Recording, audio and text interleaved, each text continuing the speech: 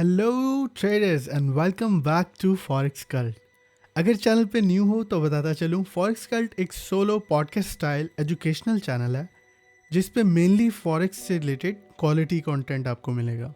So today the topic of my presentation is what is trading, mainly what is forex trading.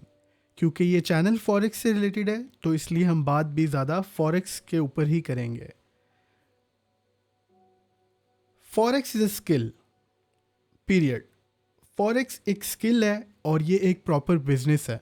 जिस तरह आप लोग बाकी skills सीखते हो, जिस तरह आप लोग बाकी बिजनेसेस सीखते हो, प्रॉपर स्ट्रैटेजीज बनाते हो, ठीक उसी तरह फॉरेक्स एक स्किल है। तो बिफोर आई आंसर कि व्हाट इज़ फॉरेक्स, इससे पहले आपको जानना पड़ेगा वाई फॉरेक्स, कि आप फॉरेक्स को एज अ स्किल क्यों लो। अपनी प्रेजेंटेशन की तरफ चलते हैं।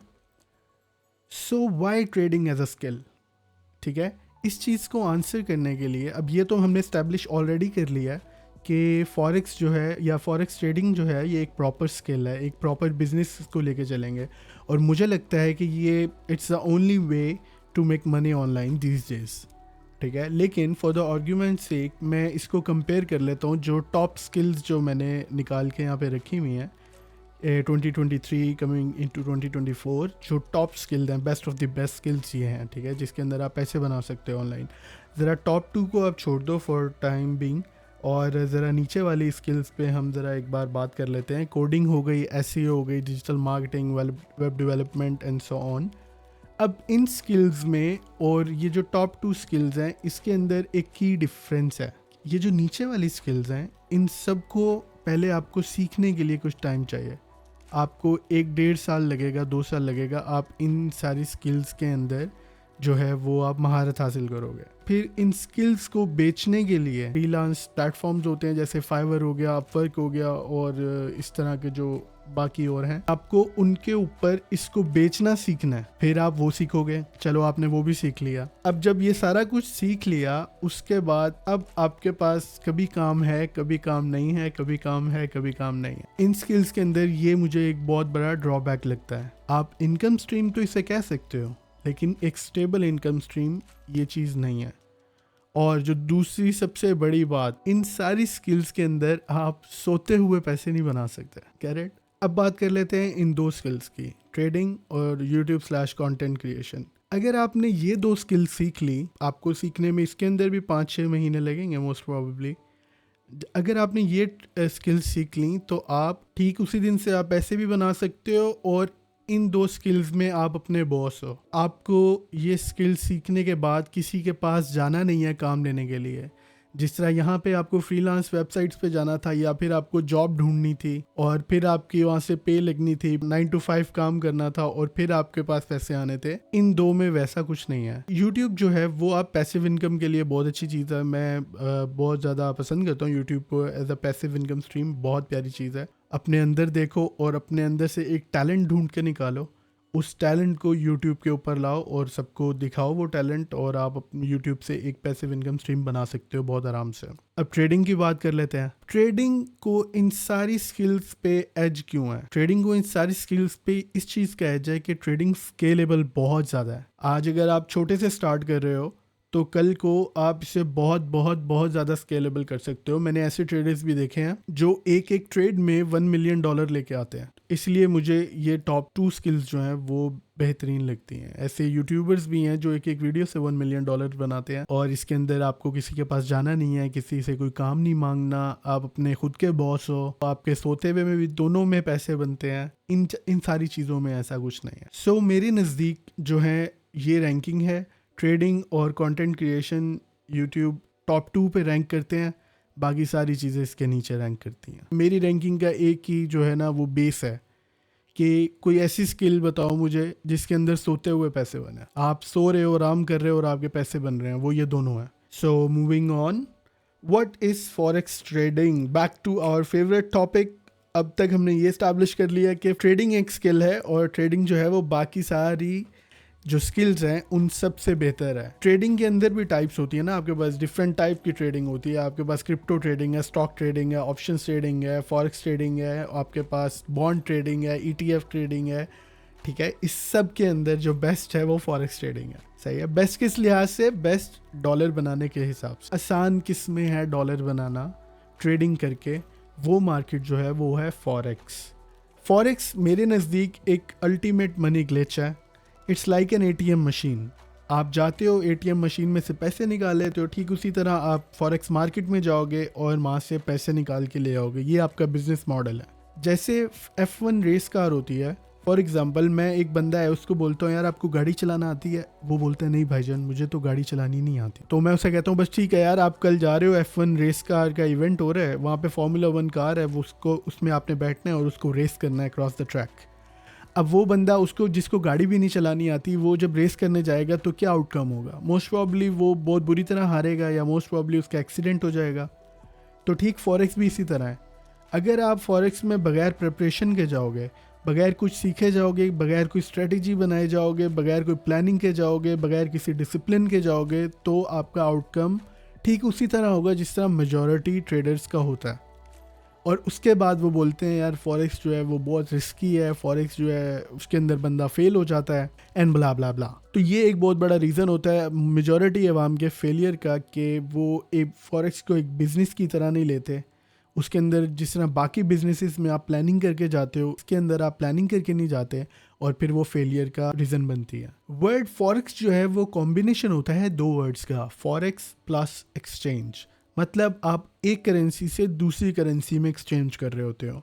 जब आपको पता लगता है कि यार इसकी वैल्यू कम होने वाली है, फ्यूचर में इस दूसरी करेंसी की वैल्यू बढ़ने वाली है, आप अपनी करेंसी को स्विच कर लेते हो। फॉर एग्जांपल आपको पता लगता है कि यार डॉलर जो है अगेंस्ट रुपीज़ बढ़ने वाला है इन वैल्यू। आप क्या करते हो, आज अपने रुपीज़ को कन्वर्ट कर लेते हो डॉलर में। 3-4 दिन बाद जब डॉलर की वैल्यू ऊपर चली गई तो आप डॉलर को वापस कन्वर्ट कर लेते हो, रुपीज़ में आ जाते हो और जो प्रॉफिट होता है वो आप पॉकेट कर लेते हो। तो ये बेसिकली फॉरेक्स ट्रेडिंग है। और हिस्ट्री में जो ब्ला ब्ला ब्ला लिखा है, इसके लिए आपको हिस्ट्री जाननी है फॉरेक्स की, आपके पास गूगल है, आपके पास पूरा यूट्यूब पड़ा हुआ है। आप यूट्यूब पे कोई भी वीडियो लिखो, उसके अंदर लिखो व्हाट इज़ फॉरेक्स ट्रेडिंग, आपको सिर्फ हिस्ट्री पता लगेगी वहाँ पे कि फॉरेक्स इतनी बड़ी मार्केट है, इतने 100 साल पुरानी मार्केट है, वहाँ पे इतने ट्रिलियन डॉलर की ट्रेड होती है, डेली वॉल्यूम इतना ज़्यादा है।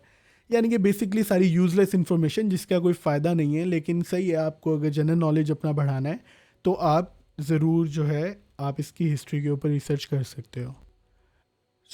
मज़ीद फॉरेक्स ट्रेडिंग को जानने के लिए हम एक रियल लाइफ एग्जांपल ले लेते हैं ट्रेड की। एक रियल ट्रेड मैं आपको दिखाता हूँ जो मैंने कुछ टाइम पहले ली थी।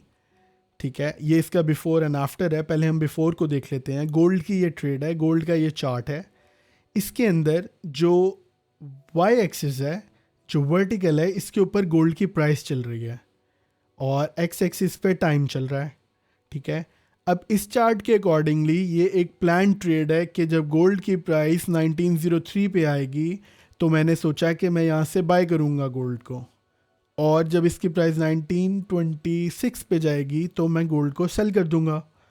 तो वही हुआ, जब प्राइस यहाँ पे आई मैंने अपना सेटअप देखा हुआ था, मैंने वहाँ से लॉन्ग किया यानी कि गोल्ड को बाय किया, यानी कि मैंने अपने डॉलर्स को कन्वर्ट कर लिया गोल्ड में। जब गोल्ड वापस ऊपर चला गया, गोल्ड की प्राइस बढ़ गई, तब मैंने गोल्ड को सेल कर दिया और वापस मैं आ गया डॉलर में। तो बेसिकली ये मेरी एक ट्रेड थी, यही ट्रेडिंग है।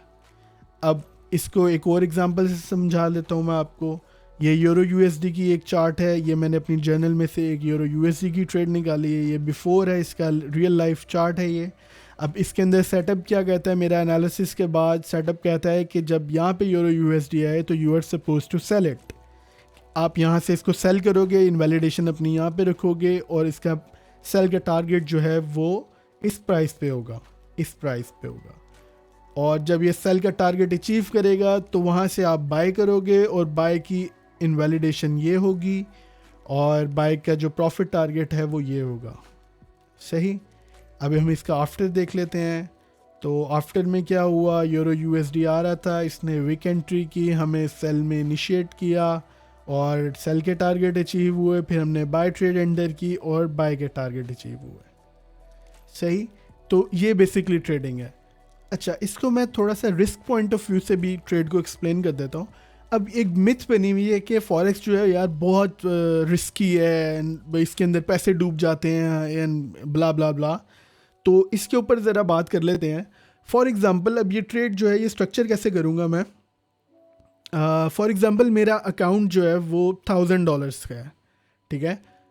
उस $1000 में से जो 1% है मेरे अकाउंट का विच इज़ $10, मैं $10 इस ट्रेड को साइन करूँगा। मतलब मैं यहाँ से सेल की पोजीशन एंटर करूँगा इस तरह कि अगर यहाँ से देखो, यहाँ से मैंने बोला है कि यहाँ से सेल जाएगा, ठीक है। ये भी तो हो सकता है ना कि वो सेल ना जाए और वो यहाँ से ऊपर ही जाता रहे, तो उस केस में मुझे अपने लॉसेस कट भी तो करने हैं ना। वो ये पॉइंट है। जब यहाँ पे अगर यूरो यूएसडी आ जाएगा तो मतलब मैं वहाँ अपनी ट्रेड क्लोज कर दूंगा और मैं कहूँगा कि यार ये मेरे एनालिसिस के मुताबिक नहीं गया, ठीक है, ये मेरे एनालिसिस के ऊपर चला गया है, अब मैं अपने लॉसेस कट कर दूंगा, ठीक है।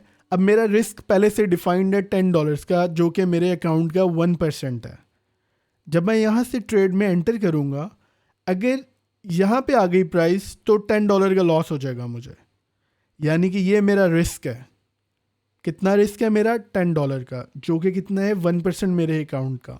अब मेरा रिवॉर्ड कितना है? ये रिस्क और ये सारा रिवॉर्ड, मतलब ये मेरे ख्याल में 7 to 8 टाइम्स रिवॉर्ड है। मतलब कि अगर जाएं तो $10 का लॉस हो और अगर प्रॉफिट हो, अगर मैं राइट हूँ तो मुझे तकरीबन $60-70 का प्रॉफिट हो। तो इस ट्रेड का ये रिस्क टू रिवॉर्ड है। अब साइमल्टेनियसली साथ वाली ट्रेड की बात कर लेते हैं।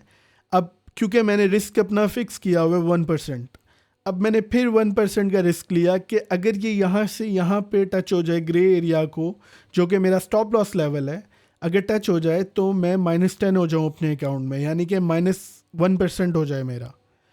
तो यही हुआ, यहाँ से एंटर हुआ मैं लॉन्ग में और प्राइस जो है यहाँ से ऊपर को गई।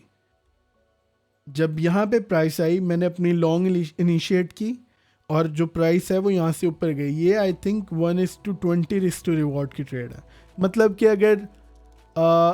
कि अगर लॉस होता मुझे तो $10 का होता, अगर मुझे प्रॉफिट होगा तो तकरीबन $200 का हो रहा होगा।